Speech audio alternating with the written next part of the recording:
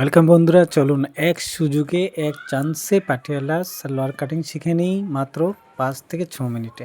শুরু থেকে শেষ অবধি দেখার অনুরোধ রইল।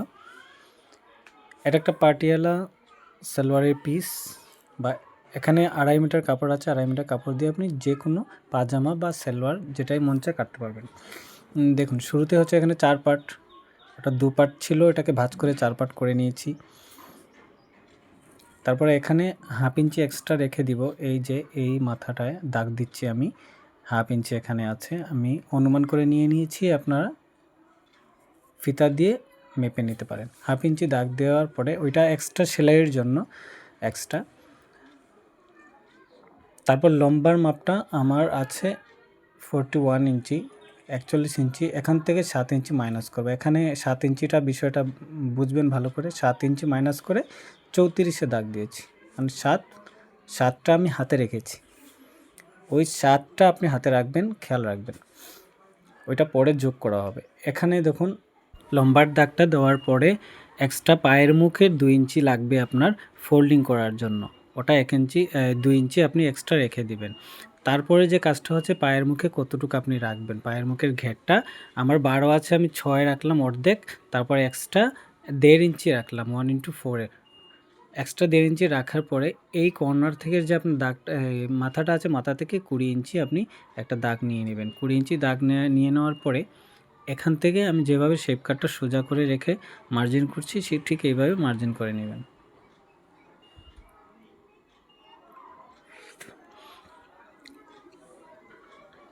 এবারে কাটিং করে নেবেন মার্জিন অনুযায়ী। চ্যানেলটিতে নতুন থাকলে একটা সাবস্ক্রাইব করে দিবেন প্লিজ, আর অবশ্যই ভিডিওতে একটি লাইক করে দিবেন।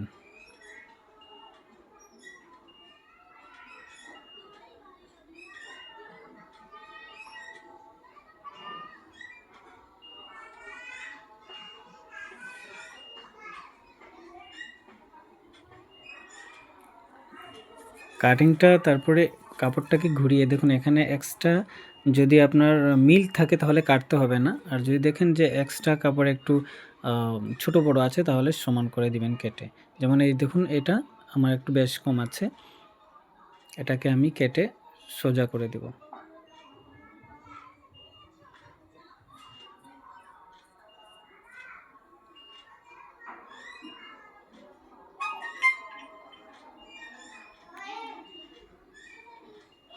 তারপরে দেখুন, এই যে 4টা কাটুরি আছে, কল্লিও যেটাকে বলে, এই দেখুন এটার সাথে কিন্তু মিলে গেছে।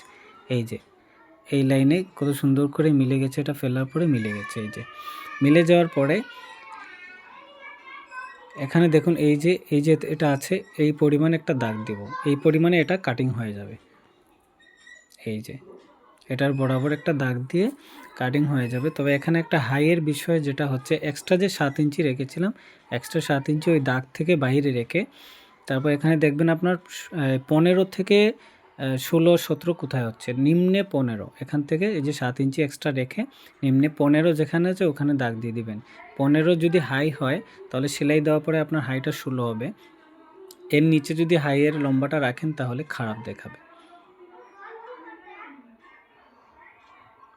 আমি এতটুকু এটাকে কেটে দিব।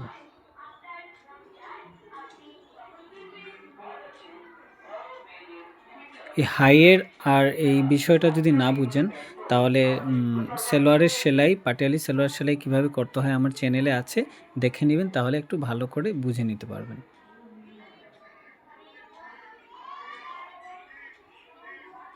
এবারে এই পাশটা কেটে দিব, এটার এই পাশটা কেটে দিব। বডি কাটা কমপ্লিট হয়ে গেল। এবারে আসুন, পাজামার যে বেল্ট আছে উপরে বেল্টটা কাটিং করতে হবে। বেল্টটা কাটিং করার শুরুতেই বলি যে বেল্টের যে কাপড়টা ওটা হচ্ছে এই পাজামার যে উপরের কুর্তিটা আছে, কামিজটা আছে, ওই কুর্তির কাপড় দিয়ে আপনার বেল্ট হবে।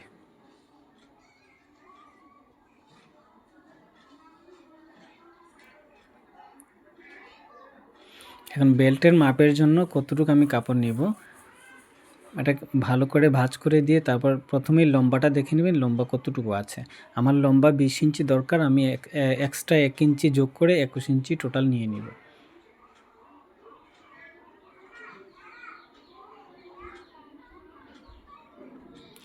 তারপর এখান থেকে 7 ইঞ্চি যে আমি হাতে রেখেছিলাম ওই 7 ইঞ্চিটা যোগ করে নেব এখানে। যেই 7 ইঞ্চিটা হাতে রেখেছিলাম লম্বা থেকে 7 ইঞ্চি মাইনাস করেছিলাম ওই 7 ইঞ্চি এখানে দাগ দেব। তারপরে এক্সট্রা এটা হচ্ছে কোমরের বেল্ট, তো কোমরের বেল্টটা এক্সট্রা 2 ইঞ্চি যে উপরে ফোল্ডিং করতে হবে ওইটার জন্য 2 ইঞ্চি এক্সট্রা রেখে দেব। রেখে দিয়ে আমি মার্জিন করে তারপর ওইটাকে সুন্দরভাবে কাটিং করে দেব।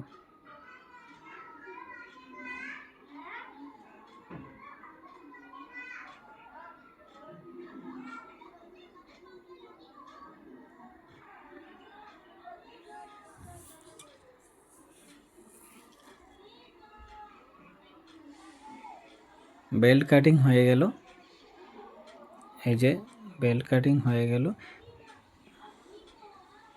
এই যে এটা হচ্ছে কুর্তি কাটিং করেছিলাম আমি, এই কুর্তি কাটিং এটার কাপড় দিয়ে এটার পাজামা হবে, পাজামার বেল্ট হবে। এই পাজামা আর কুর্তি কাটিং বাস।